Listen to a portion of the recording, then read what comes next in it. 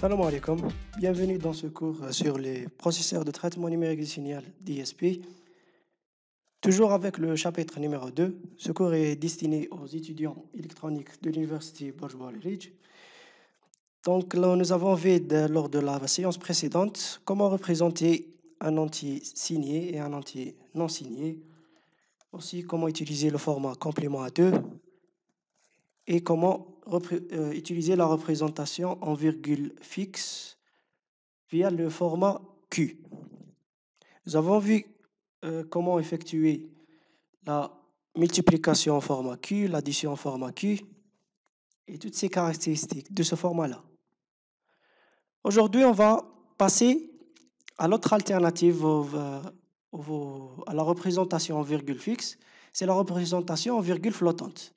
La différence avec la virgule fixe, c'est que ici la virgule, elle est mouvante, donc elle est variable. Donc on peut changer sa position en fonction du nombre de bits qu'on va choisir. Ce nombre de bits, il est variable, donc en fonction des bits de l'exposant. On va voir tout cela en détail. Donc pour commencer, disons que la représentation en virgule flottante, c'est la notation scientifique quand ça concerne les processeurs. Donc c'est comme si on essaie d'écrire avec la notation scientifique. Donc ici, par exemple, nous avons ce nombre-là. Donc 25,375, un nombre positif en décimale. Donc on peut le réécrire de cette façon-là, ou de cette façon-là, ou comme cela. Donc vous voyez qu'on a plusieurs formats. C'est le même cas en binaire. Donc si on prend ce nombre-là en binaire, donc on voit qu'il y a une virgule. Donc la virgule, elle est située après le troisième bit. Donc voici le format binaire d'un nombre positif. Donc ici, là on peut le réécrire de cette façon-là. Donc la base 2, parce que c'est binaire, là c'est la base 10 parce que c'est décimal. Ou les réécrire de cette façon-là. Donc c'est la puissance de 2, elle est en fonction de la position de la virgule. C'est ce qu'on appelle l'exposant. Donc ici, la virgule, on l'a déplacée d'une position, donc ce qui fait un bit, la valeur 1 ici en puissance. Donc si on la déplace de 2 bits, donc là ça devient 2, etc. Si on déplace la virgule dans le côté inverse, là ça devient moins 1. Donc du côté fractionnaire. Très bien. Maintenant, ce qu'on vient de voir, on doit le normaliser. Donc on utilise une normalisation, donc un format unique à suivre. Donc, comme dans la notation scientifique. Donc, pour éviter les différentes représentations du même nombre, donc on va fixer ce format-là. Donc, dans ce format-là, ce qu'on a, cette expression-là. Donc, le plus et le moins, c'est le signe. Donc, si ce nombre est positif ou négatif. Le 1,BBB, c'est, donc les BB, on les appelle la mantis ou la valeur fractionnaire. Pardon, fractionnelle. Donc cette valeur-là, on peut la trouver parfois notée F et parfois elle est notée M. Donc 1,F ou 1,M, c'est la même chose. Multiplié par 2 à la puissance plus ou moins l'exposant, comme on vient de le voir sur les exemples précédents en introduction. Donc là, nous avons l'exposant E. Prenons un exemple. C'est l'exemple précédent. Donc l'exemple précédent, comme on l'a vu, il a plusieurs manières d'être représenté. Mais en le normalisant, donc en utilisant le format normalisé en virgule flottante, donc ici, on peut le réécrire 1, donc 1,F. Donc pour cela, on doit déplacer la virgule de 1 bit, 2 bits, 3 bits pour obtenir ce format qui ressemble à 1,F. Donc 1 point et le reste c'est la mantis fois 2 à la puissance une valeur. Donc dans ce cas-là, 1, 2, 3. Donc on l'a déplacé de 3 valeurs. Donc, si on ajoute ces 3 valeurs à 1, on va obtenir 4. Donc, le tout, c'est 4. Et vous voyez là que c'est ce format-là qu'on appelle la virgule flottante. Donc, la virgule, on peut la déplacer. Donc, comment la déplacer? En changeant ce nombre-là. Donc, le 4, qui est l'exposant. Donc, cet exposant, on peut le coder en bits. Donc, un nombre de bits défini, par exemple 8 bits, 12 bits ou 13 bits, comme on le souhaite, pour changer de la place ou la position de la virgule. Donc, on le met ici, donc l'exposant. Le signe, donc, comme vous voyez ici, il peut être plus ou moins. Donc, pour représenter cet état-là, donc, on a besoin de seulement un seul bit. Donc, si c'est 1, c'est un nombre négatif. Si c'est 0, c'est un nombre positif. Pour le reste des bits, on peut les coder comme les bits de la mantis. C'est les bits qu'on voit ici après le 1, donc après la valeur normalisée qui est de 1 ici, virgule. Et le reste, c'est des bits de la mantis. Voilà. Donc, on peut résumer cela donc, par l'expression suivante. Donc, pour n'importe quel nombre réel qu'on souhaite représenter en virgule flottante, donc on écrit x égale moins 1 à la puissance s. S, c'est le bit de signe. S'il est égal à 0, donc on aura 1 ici, donc un nombre positif. S'il est égal à 1, on aura un nombre négatif. Ensuite, 1,m, c'est la partie normalisée. 1, c'est pour la normalisation et m, c'est pour la précision, donc la mantis. Fois 2 à la puissance l'exposant. Ici, l'exposant, c'est lui qui permet de déplacer la position de la virgule et donc de changer, comme vous voyez, la dynamique de ce format-là, donc en virgule flottante. Donc vous voyez qu'en virgule flottante, la dynamique, elle n'est pas fixe, comme c'est le cas dans le format Q. Dans le format Q, on était obligé de rendre la dynamique constante, ainsi que la précision. Donc, ils sont fixés au préalable, donc avant d'entamer la programmation. Mais dans ce cas-là, en utilisant la virgule flottante, donc on a le choix de changer la dynamique tout en maintenant, bien sûr, une précision constante. Alors que en virgule fixe, si on change de précision, donc on va réduire la dynamique. Mais ça, c'est dans le cas où on a la taille des bits, elle est fixe. Par exemple, pour 32 bits ou 16 bits, si on nous dit que vous avez 16 bits, dans le format virgule fixe, on prend n, le nombre de bits de la valeur entière. Si on augmente ce nombre-là de n, donc on va retirer des bits à la valeur des bits m, qui se trouve dans la valeur fractionnaire. Donc on va réduire la précision pour augmenter la dynamique.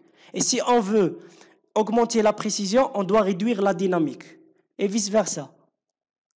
Alors qu'en virgule flottante, on peut augmenter la dynamique sans toucher à la précision. Ce qui est intéressant. Aussi, comme vous le voyez ici, on ne peut pas représenter le nombre 0. Réfléchissez un peu. Regardez cette expression-là. Vous voyez qu'il est impossible de représenter la valeur de 0. Même si on met la mantis à 0 et l'exposant à 0, on aura toujours 1,0 ici. Donc, toujours la valeur 1 minimale. Vous voyez que m, là, la mantis, elle varie de 1 jusqu'à 2. Donc, elle est strictement inférieure à 2. Donc, on ne peut pas représenter 2. Donc, de 1 jusqu'à 1,9999, etc.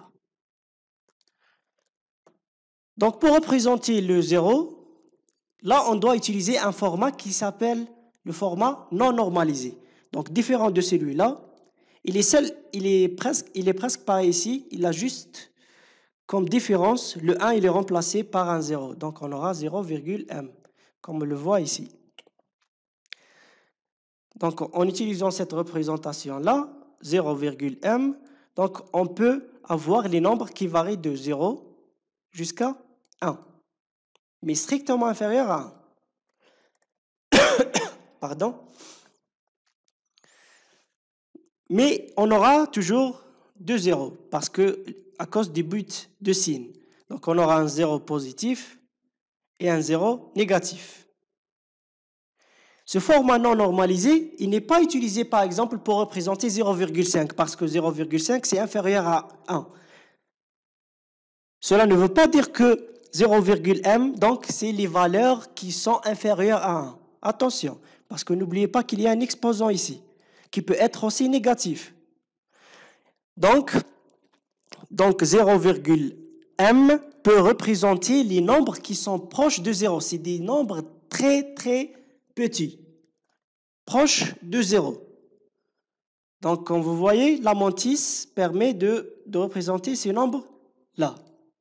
Mais si on veut représenter, par exemple, la valeur 0,5, on n'a pas besoin d'utiliser la représentation non normalisée. On utilise directement la représentation normalisée, qui est largement suffisante.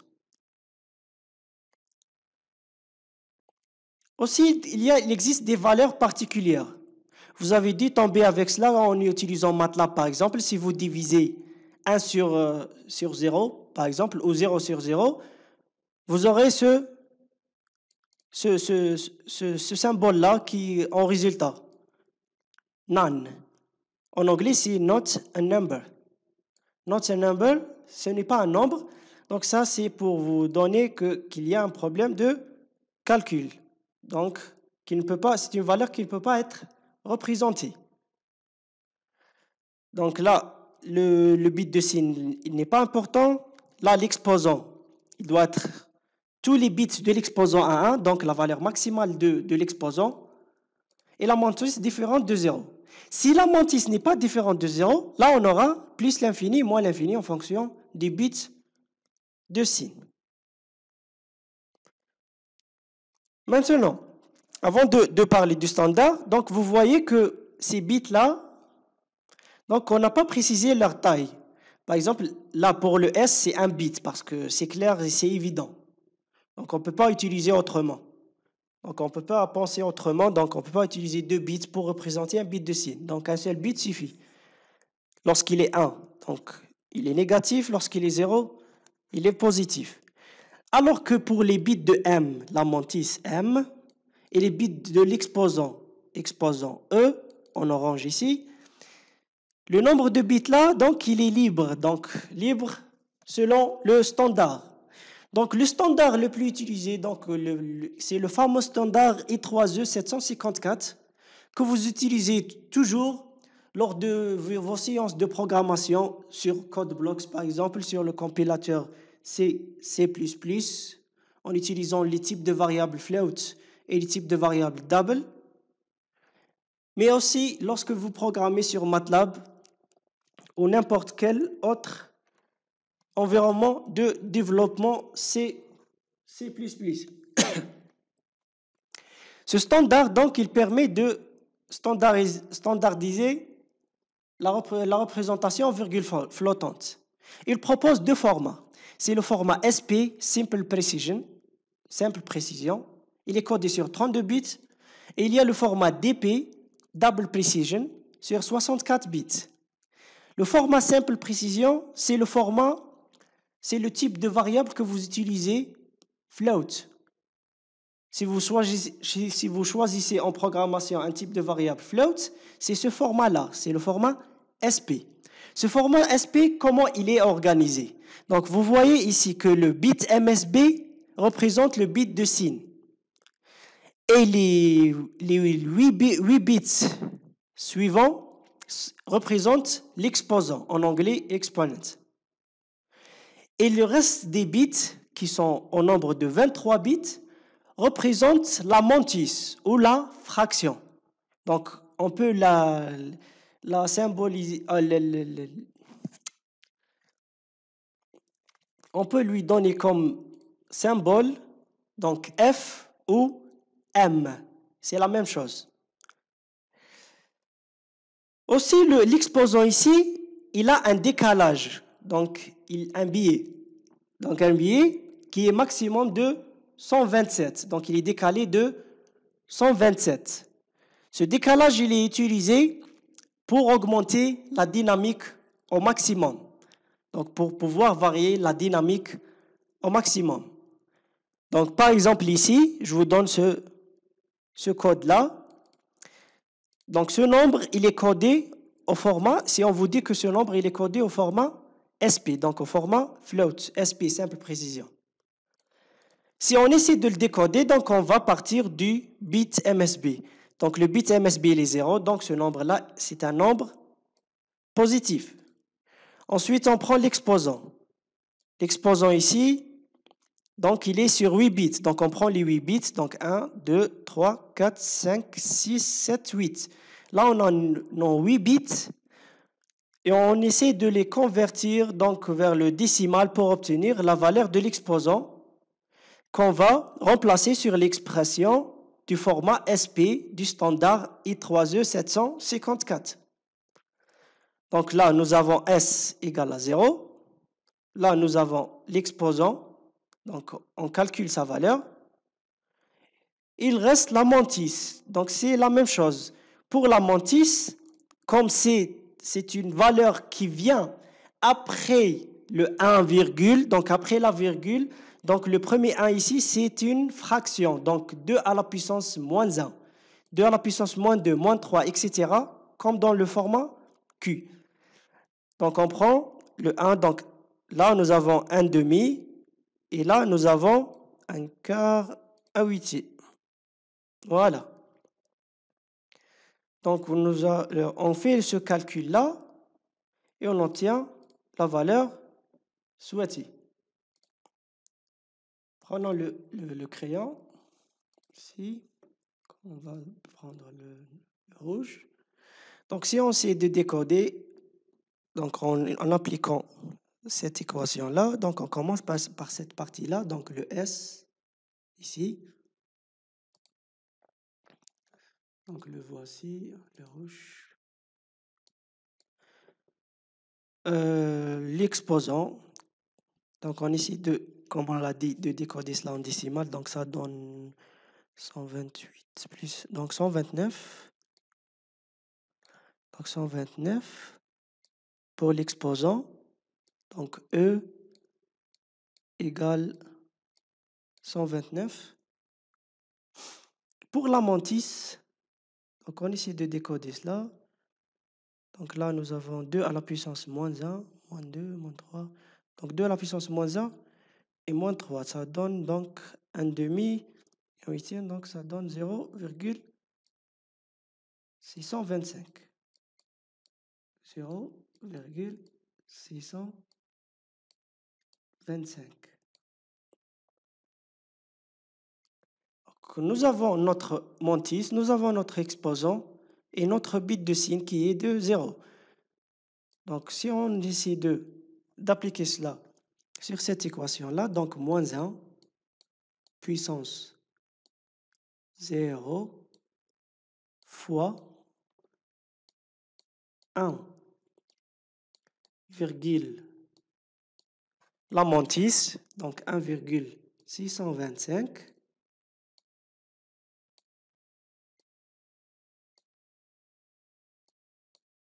fois 2. Veuillez m'excuser pour l'écriture parce que c'est difficile avec la souris. Donc l'exposant, ici, il est 129, moins 127, ça donne 2. Donc en tout, on aura ici 4. 4 fois 1,625. Donc vous calculez cela et vous trouvez la valeur codée ici au format SP, virgule flottante. Très bien. Ça, c'est concernant la simple précision. Aussi, vous voyez que la dynamique en virgule flottante, elle est très importante par rapport à la virgule fixe. Donc, vous voyez qu'on peut atteindre des dynamiques très, très larges. Donc, par exemple, là, si on veut avoir la valeur normalisée, et j'insiste sur normaliser. Pourquoi normaliser? Parce que nous avons un 1 ici, 1 virgule. Donc là, 1 virgule. Donc normaliser, 1 virgule, c'est normaliser. Donc pour avoir la valeur normalisée maximale, donc réfléchissez un peu comment on doit faire pour avoir la valeur maximale de ce nombre, de ce format-là. Donc le bit de signe, donc peu importe parce qu'on va avoir la valeur maximale, donc positif. L'exposant là, si on met tous les bits de l'exposant à 1, on tombera sur le cas particulier, celui-là. Donc plus l'infini moins l'infini, ou le signe, le not number. Donc l'exposant là doit avoir la valeur maximale moins 1 bit. Donc sa valeur maximale ici, moins 1. Donc ce qui nous donne ici sur 8 bits, donc la valeur maximale c'est 255 moins 1. Donc le dernier bit, on doit le mettre à 0. C'est le cas ici, vous le voyez. Donc tous les bits de l'exposant sont à 1, sauf le bit LSB, il est à 0. Si on le met à 1, on va tomber sur la valeur particulière, plus l'infini ou moins l'infini, ou not a number, qui sont des valeurs spéciales ou valeurs particulières. Maintenant pour la mantis. Donc là, on met la mantis. Donc tous les bits, les 23 bits de la mantis, on les met à 1. Donc on met tous les bits de la mantis à 1. Et on essaie d'appliquer cette expression-là, donc par analogie. Donc ça nous donne 1,1111 fois 2 à la puissance 254 moins 127. Donc avec le biais, le décalage, ça nous donne cette valeur maximale, ce qui est pas mal. Donc 3,4, etc. fois 10 à la puissance 38. Pour avoir la valeur normalisée minimale, donc on les prend donc ici en valeur absolue, donc le bit de signe n'est pas important. Donc on met tous les bits à 0. Sauf le bit LSB, le bit de point faible. Pourquoi? Parce qu'on est dans la valeur normalisée. Si on met tous les bits de l'exposant à 0, on va aller sur la valeur non normalisée. La valeur qui permet de représenter le 0. Et cette valeur pour représenter le 0, donc l'exposant doit être à 0. C'est la mantis qui change. Et l'exposant sera de moins, comme on l'a vu, comme on va le voir plus tôt, sera de moins 126, donc décalé de 1. On va voir comment cela se passe. Donc la valeur minimale qu'on peut représenter en normalisé, j'insiste, en normalisé, c'est 1,17, etc., fois 10 à la puissance moins 38. Là, on est dans le cas normalisé. Passons maintenant au cas non normalisé. Là, c'est le cas non normalisé. Donc, dans le cas de non normalisé, vous voyez que tous les bits de l'exposant sont à 0. Et pour avoir la valeur maximale dans ce cas-là, donc vous voyez que c'est non normalisé, 0, ce n'est pas 1, si c'est 1, c'est normalisé. 0, c'est non normalisé. Donc là, c'est des 1, donc c'est la valeur maximale que peut avoir. Donc 0,1111 maximum, fois 2 à la puissance, moins 126. J'insiste sur cela parce que vous avez l'habitude, sur le diapo précédent, vous avez vu que dans l'expression, que vous devez utiliser exposant moins 127. Mais en valeur non normalisée, on doit utiliser la valeur moins 126 pour décaler l'exposant avec la valeur non normalisée. Ici, c'est aussi la même chose pour la valeur minimale. Donc, c'est la valeur minimale. Donc, comme vous voyez, on a laissé juste le dernier bit, LSB, donc le point faible de la mantis, on l'a laissé à 1. Parce que si on le met à 0, donc on va obtenir un 0. Mais nous, on cherche la valeur non normalisée minimale, donc qui se trouve juste après le 0. Donc, c'est celle-là. Donc, si vous calculez cela, donc c'est 0,00 jusqu'à 1. Donc, ce 1, c'est 2 à la puissance moins 23 fois 2 à la puissance moins 126. Donc, vous pouvez calculer cela et vous allez voir que c'est très intéressant comme précision. Aussi pour les valeurs particulières, donc ces valeurs particulières, on les obtient donc lorsque l'exposant, toutes les bits de l'exposant sont égales à 1. Lorsque tous les bits de l'exposant sont égales à 1, mais la mantis est égale à 0, là on a le plus l'infini, moins l'infini en fonction du bit de signe. Si la mantis n'est pas 0, donc différente de 0, là on tombe sur not a number, donc le cas particulier. Donc on peut dire que ce n'est pas un nombre, donc qui ne peut pas être représenté avec ce format-là. Donc on voit que la dynamique contre la précision par rapport à la virgule fixe, en virgule flottante, en augmentant le nombre de bits de l'exposant, la dynamique s'étend. Donc si on fixe les valeurs représentables, la précision diminue. Donc pour augmenter encore plus, donc profiter au maximum de la virgule flottante, on peut doubler le nombre de bits. Au lieu de 32 bits, on utilise 64 bits. Cela va augmenter aussi la dynamique, mais aussi la précision. Donc la précision sera meilleure. C'est pour ça qu'il existe un autre format qu'on appelle le format DP, et toujours qui est inclus dans le standard E3E 754. Double précision, 64 bits. Donc en 64 bits, ce qui change, donc le principe reste le même, le principe de calcul reste le même. Donc ce qui change, c'est l'expression du calcul et la méthode, donc le nombre de bits d'encodage pour chaque bit de mantis et d'exposant. Donc au lieu d'utiliser 23 bits pour la mantis, dans la double précision, on utilise 52 bits. Et au lieu d'utiliser 8 bits pour l'exposant, ici on utilise 11 bits. Et aussi le décalage, au lieu d'être 127, là il est 1023. Et pour les valeurs normalisées, ce qui change, non normalisées, ce qui change, c'est ce nombre-là. Donc au lieu de moins 126, ça devient moins 1022 pour la valeur normalisée maximale et minimale. Donc c'est facile à assimiler, facile à comprendre. C'est juste des expressions avec application directe. Maintenant, on arrive à la fin de ce cours, donc on doit faire un constat. Donc, un résumé, nous avons vu les entiers signés, les entiers non signés, ensuite les entiers signés.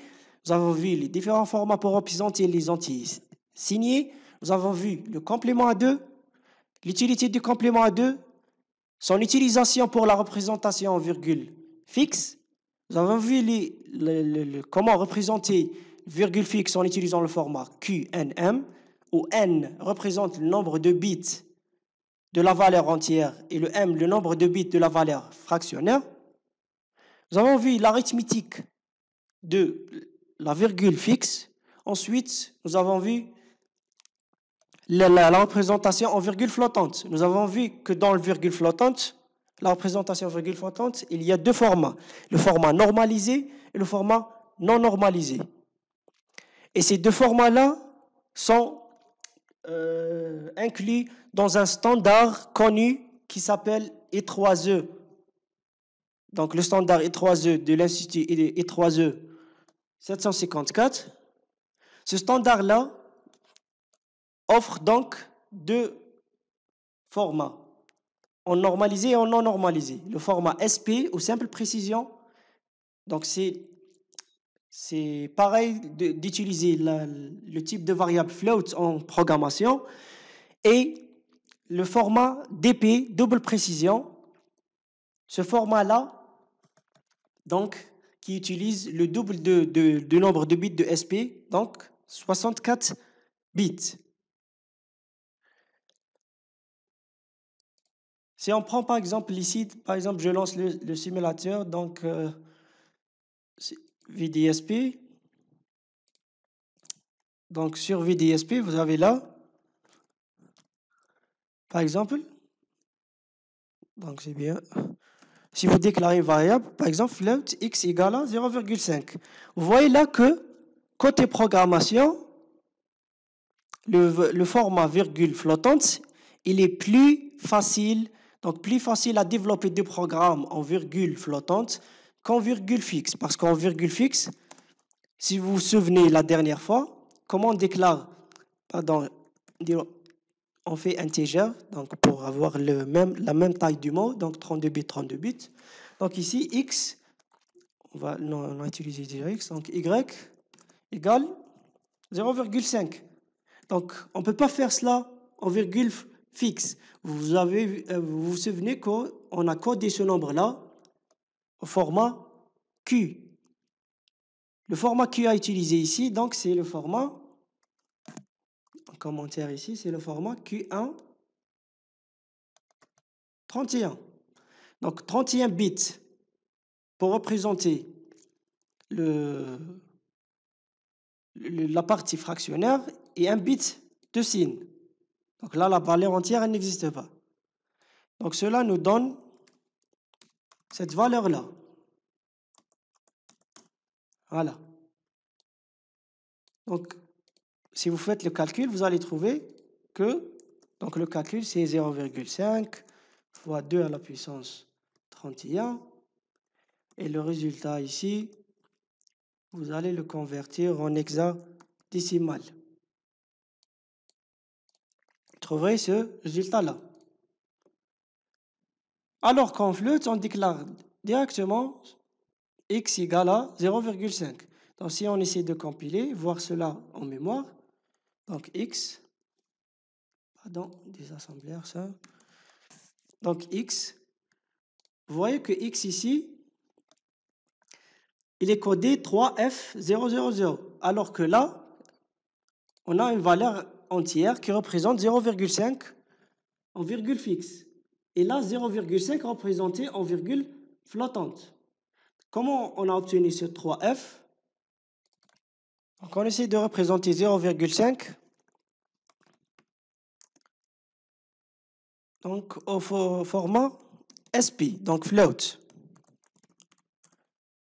Donc, comment faire?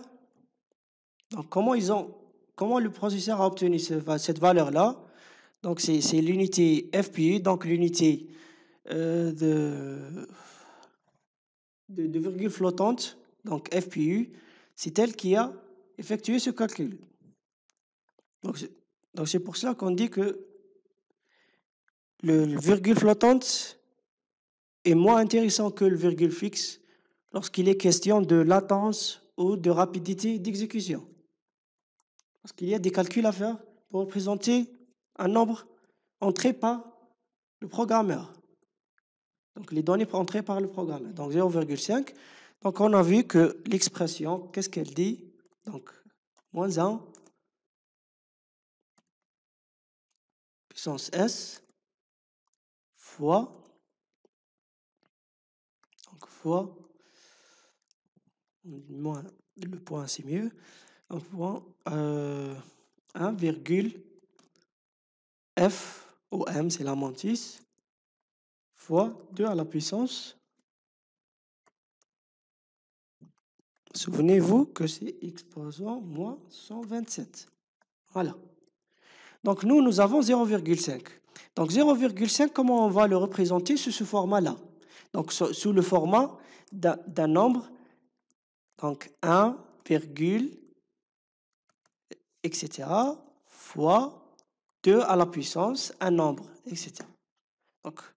Donc comme on voit ici, on n'a pas 38 façons à faire. Donc 0,5, c'est 2 à la puissance moins 1. Donc 2 à la puissance moins 1. Et comme c'est un nombre positif, donc nous avons un plus ici. Et si on essaie de faire l'analogie avec l'expression d'en haut, cette expression-là, donc on voit que ici, le bit de signe, il est égal à 0. L'exposant, il est égal à combien? Donc on doit faire l'analogie. Donc exposant moins 127 égale à moins 1. D'accord? Voilà.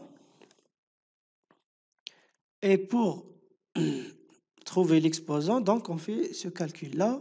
Donc ça implique que l'exposant ici est égal à moins 1 plus 127, ça donne 126. Aussi, la mantis ici, elle est égale à 0. Pourquoi 0? Donc là, elle n'existe pas, donc on a un truc comme ça. Plus 1,0 fois 2 à la puissance moins 1. Donc on fait l'analogie de cette partie-là avec cette partie-là, l'analogie ici avec cette partie-là, et le plus avec cette partie-là. Et on se retrouve avec ces résultats-là. Donc le bit de signe 0, l'exposant 126, donc vous codez 126 en binaire, et m aussi en binaire, donc 0, et cela vous donne ce nombre-là. Donc si on convertit cela en binaire, vous allez voir que c'est le cas, ici. D'accord? Donc le bit de signe 0, ça c'est le bit de la valeur 126, donc vous voyez c'est 126, et pour la mantis, elle est de 0. Donc voilà comment on a obtenu cette valeur-là en hexadécimal, 3f en hexadécimal ou en binaire. Donc ça, c'est juste une représentation, mais c'est la même valeur. Maintenant, quelle est la différence entre virgule fixe et virgule flottante? Donc, c'est quoi leur intérêt et leur avantage pour un programmeur, donc pour un développeur, sur les processeurs d'ISP, FPGA ou microcontrôleurs? Donc, peu importe, essentiel, quel est l'intérêt d'utiliser la virgule fixe ou la virgule flottante? Quel est le meilleur choix? Donc là, ça dépend de l'application visée. Donc commençons par la virgule fixe. La virgule fixe, elle a comme désavantage, c'est qu'elle a une dynamique limitée. Pourquoi la dynamique elle est limitée? Parce que la position de la virgule, elle est fixe. C'est pour ça qu'on l'appelle une représentation virgule fixe. Donc elle est fixée au début. Par exemple, si on choisit Q33, donc c'est bon. Donc on va utiliser tout ce qui va venir après, va utiliser le format Q33. Donc 3 bits pour la valeur entière, 3 bits pour la valeur fractionnaire. Ou si on utilise par exemple les formats Q les plus utilisés sont le format, par exemple Q116, Q115 pardon, ou Q131. Donc, aussi côté hardware, on sait que la taille d'un mot, elle est fixe. Donc, elle a une limite, donc elle est fixe. Par exemple, si on est limité à 32 bits. Donc là, on aura un autre problème en virgule fixe, c'est que si on augmente le nombre de bits, n, on augmente la dynamique. Ça, on le sait. On va augmenter la dynamique parce qu'on augmente la valeur entière. Mais cela ne sera pas sans conséquence. Donc, on va réduire la précision. Donc, si on prend des bits de n, donc on va réduire les bits de m et vice-versa. Donc, si on augmente le nombre de bits de m, on va augmenter la précision. Donc, les bits de m qui représentent la valeur fractionnaire, donc on va réduire la dynamique. Alors qu'en virgule flottante, ce n'est pas le cas. En virgule flottante, on a une dynamique plus large.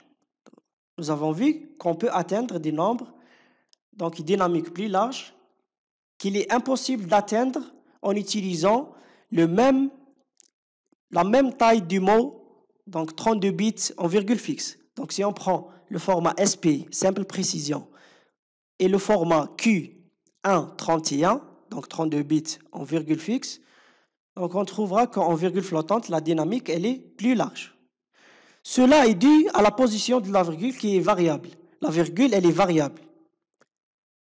Quelle est la chose qui a laissé la virgule variable? C'est l'exposant. Donc il y a l'exposant, les bits de l'exposant. En changeant les bits de l'exposant, on change de dynamique et donc de virgule.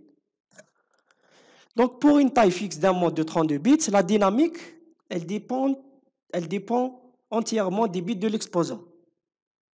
Mais on a un autre avantage ici, c'est que la précision, elle est fixe. Donc, malgré qu'on change la dynamique, la précision, elle n'est pas réduite. Voilà. Maintenant, voyons cela en pratique.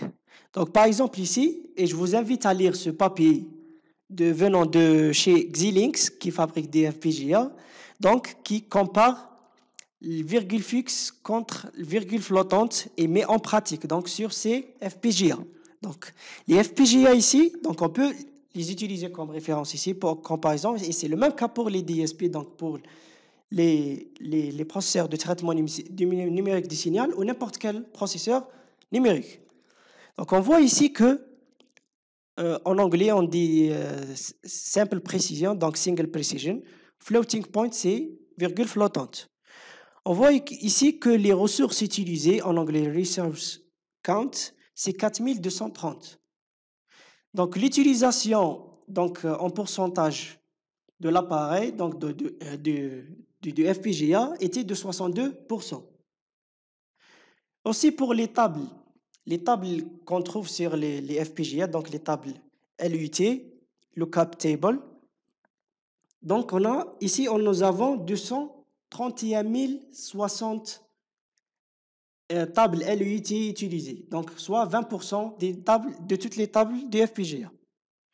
Si on compare cela en virgule fixe, donc fixed point, donc en format Q, là on voit que les ressources sont moindres.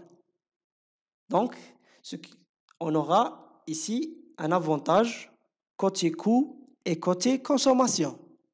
Voyons cela graphiquement. Donc, toujours dans ce même papier de Xilinx, donc là, ils ont obtenu ces résultats-là. On voit que la fréquence maximale, donc la fréquence de cadence de l'FPGA, elle a été réduite de 16% en virgule fixe. Pardon, virgule flottante. Alors que dans le virgule fixe, elle a été augmentée de 16%. Mais, question latence et consommation, par exemple, la consommation, elle a été réduite de plus de 80%. Et la latence, donc la rapidité d'exécution, elle a été améliorée de 7 fois, ce qui est très, très intéressant. D'où l'utilité d'utiliser virgule fixe au lieu de la virgule flottante. Maintenant, est-ce qu'on utilise la virgule fixe ou la virgule flottante? Là, ça dépend de l'application visée. Donc, si on cherche une dynamique très large, donc il vaut mieux aller vers la virgule flottante.